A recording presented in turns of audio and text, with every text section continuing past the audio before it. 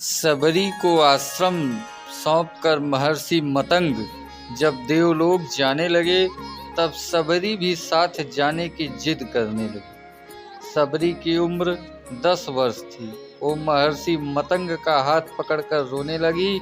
महर्षि सबरी को रोते देख व्याकुल हो उठे। सबरी को समझाया, पुत्री, इस आश्रम में भगवान आएंगे, यहाँ उनकी प्रतीक्षा करो। सबरी ने पूछा, कब आएंगे? महर्षि मतंग त्रिकालदर्शी थे। वे भूत भविष्य सब जानते थे।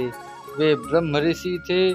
महर्षि सबरी के आगे घुटनों के बल बैठ गए। सबरी को नमन किया।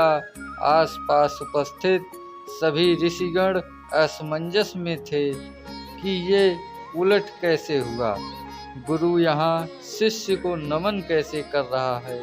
यह कैसे हुआ?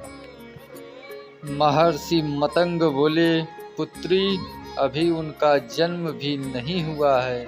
अभी दशरथ जी का लग्न भी नहीं हुआ है। उनका विवाह कौशल्या से होगा, फिर भगवान की लंबी प्रतीक्षा होगी।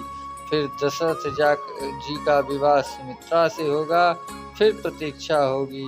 फिर उनका विवाह कैकेयी से होगा, फिर प्रतीक्षा होगी। फिर वो जन्म लेंगे, फिर उनका विवाह माता जानकी से होगा।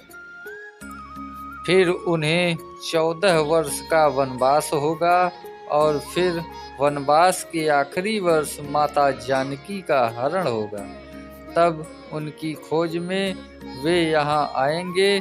तुम उनसे कहना, आप सुग्रीव से मित्रता कीजिए, उसे आताताई बाली के संताप से मुक्त कीजिए, आपका अभीष्ट सिद्ध हो।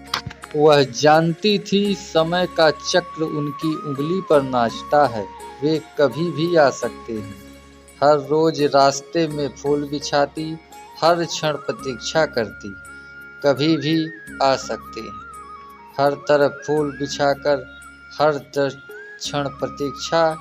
सबरी बूढ़ी हो गई, लेकिन प्रतीक्षा उसी अबोध चित्त से करती रही। और एक दिन उसके बिछाए फूलों पर प्रभु के चरण पड़े। सबरी का कंठ अवरुद्ध हो गया। आंखों से आंसुओं की धारा फूट पड़ी। गुरु का कथन सत्य हुआ। भगवान उसके घर आ गए। सबरी की प्रतीक्षा का फल ये रहा कि जिन राम को कभी तीनों माताओं ने जूठा नहीं खिलाया, उन्हीं राम ने सबरी के जूठे बैर को खाया और उसे मुक्ति प्रदान की। जय सिया राम, जय हनुमान।